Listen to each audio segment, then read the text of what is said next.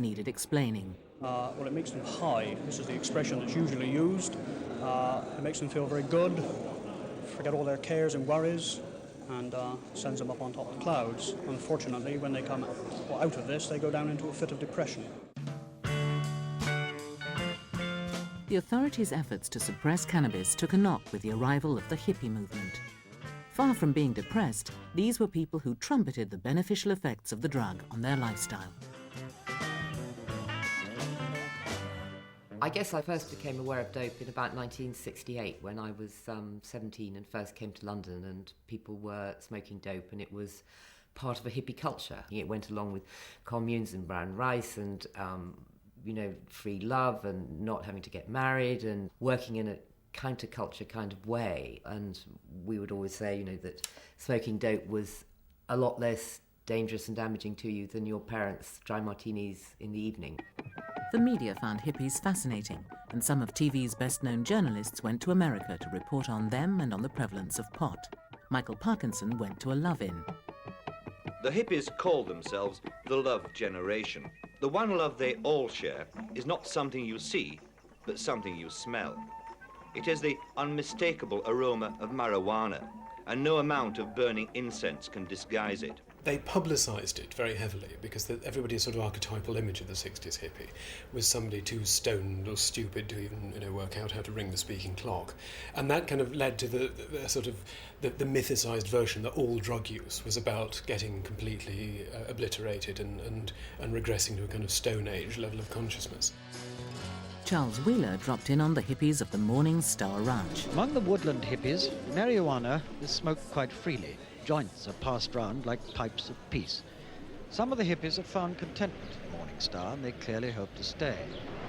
There's lots of good people. It's a beautiful place. Do you like the solitude? Super. Or the company? Both. Both. What about the drug thing? How important is this? To me?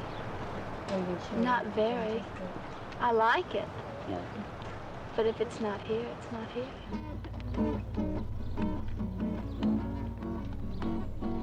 There was a bewilderment, really, I think about it, is not knowing quite what to make of this, because these were huge numbers of people coming together and being quite happy to live in a field for 3 or 4 days, and things like that had just not happened, so therefore they were newsworthy. So on the whole, the news reports were pretty straight. And the roving eye of Alan Wicker observed the alternative tribes of Haight-Ashbury.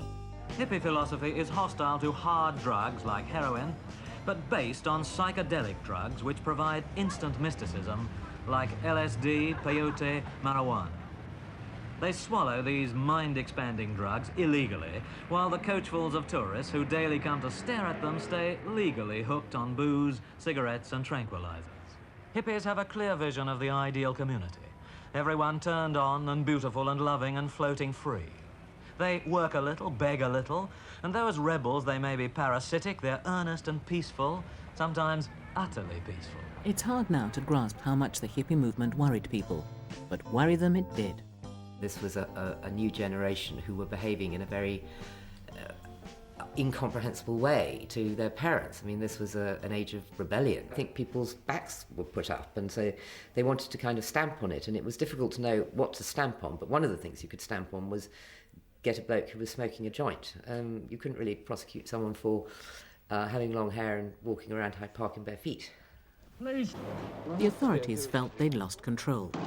Their way of trying to regain it was often by brute force. One of the most iniquitous things about the whole situation in the 60s was that the police would kick down front doors and bust you in the middle of the night. And actually one of the reasons why release started was because what started happening is just people would disappear off the streets. I've got a search warrant. I'll show it to you if you like to come. Somebody stand at the door. Nobody goes out. What happened was that in order to kind of threaten and harass the alternative society, the police started to pick off our heroes to make an example of our heroes.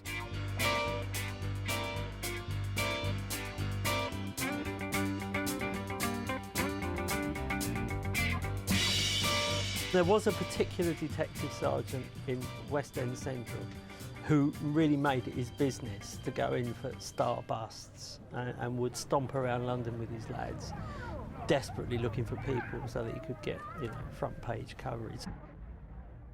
They arrested Jagger for having a few pet pills he'd acquired legally, and the judge was determined to make the most of it. And then later on they started to bust the Beatles. Ow! People gather around me, this is the who it may concern. I'm not trying to run your life, but you're never too old to learn. Stop worrying about your neighbors and the fancy things they got. God bless you. You're gonna wind up on the spot. It began to look, even to the media, as if the whole thing was a witch hunt. Eventually, the Times, in a famous editorial in '67 called "Who Breaks a Butterfly on a Wheel," particularly about the Mick Jagger, Keith Richard bus, saying that it really had gone too far. This was the first real indication that not everyone agreed with the persecution of pot smokers, and it didn't go unnoticed. But a lot of us, I forget who started it, said it would be a good idea to put a letter in the Times saying that the law against marijuana was unenforceable in practice and anyway ridiculous. And so we all did sign it. I signed it among many others, including several of the Beatles. A huge list, and very distinguished people, MPs, quite a few dons. So it didn't have any effect.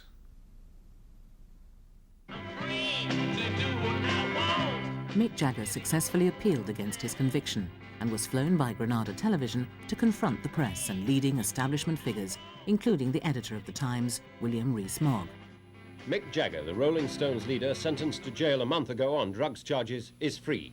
Earlier today, he won his appeal against the prison sentence, and tonight he flew by helicopter to an outside broadcast location 30 miles from London to appear in World in Action.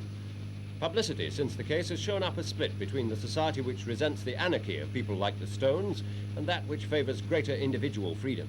Tonight, World in Action examines the reasons for this split. You're often taken as a sort of symbol of rebellion. Do you think that the society that you live in is one you ought to rebel against, or do you think you're rebelling against it? Yes, definitely rebelling against it. I mean, not in the obvious way that a newspaper or pop sort of headline would do it. But obviously we feel there are things wrong with society. But I haven't, until very recently, been into this kind of discussion at all, because I haven't really felt it's been my place. Lord Parker today said you have a great responsibility. It's a responsibility which has been so much pushed upon us, rather. The influence that we have has been pushed upon us, especially during this drug thing. We was once asked to make certain pronouncements on it, where this is really, all this kind of thing is really part of one's private life. Before this, I didn't really want to talk about it. By the time Paul McCartney was charged with growing marijuana on his farm, a certain levity had even crept into the news reports. As he left the court, McCartney, who'd been given 2 weeks to pay the fine, said, "The judge is a great guy."